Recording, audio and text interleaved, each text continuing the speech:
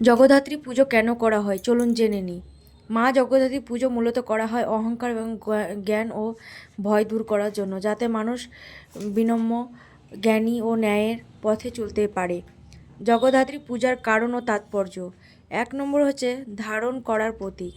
জগদ্ধাত্রী মানে জগৎকে যিনি ধারণ করেন।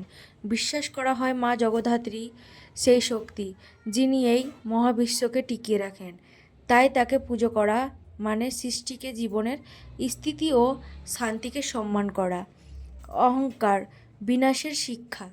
কথিত আছে ইন্দ্রদেব নিজের শক্তিকে গর্বিত হয়ে পড়েছিলেন, তখন মা দেবী তাকে শিক্ষা দিতে জগদ্ধাত্রীকে রূপ নেন। তাই এই পূজা মানুষকে শেখায় অহংকারী পতনের মূল।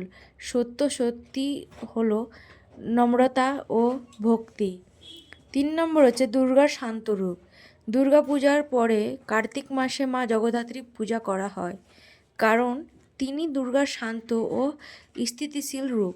যেখানে দুর্গা যুদ্ধের প্রতীক, সেখানে জগদ্ধাত্রী শান্তি, স্থিতি ও ধৈর্যের প্রতীক। 4 নম্বর হচ্ছে জ্ঞান ও আত্মনিয়ন্ত্রণের প্রতীক। মা জগদ্ধাত্রীকে সাদা বস্ত্র ও মুক্তায় সজ্জিত অবস্থা দেখা যায়। এটি জ্ঞানের, পবিত্রতার ও আত্মনিয়ন্ত্রণের প্রতীক। তাই ভক্তরা প্রার্থনা করেন যেন তাদের মনোনিয়ন্ত্রণে থাকে ও অন্যায়ের বিরুদ্ধে দাঁড়াতে পারেন। 5 নম্বর হচ্ছে সমাজের ঐক্য ও আনন্দের প্রতীক। চন্দননগর ও কৃষ্ণনগর, হুগলি, নদিয়ার এই পুজোর সময় মানুষ ধর্ম, জাতি নির্বিশেষে একত্রিত হয়। তাই এটি ঐক্য ও ভ্রাতৃত্ব ও আনন্দের উৎসব হিসেবে ধরা হয়।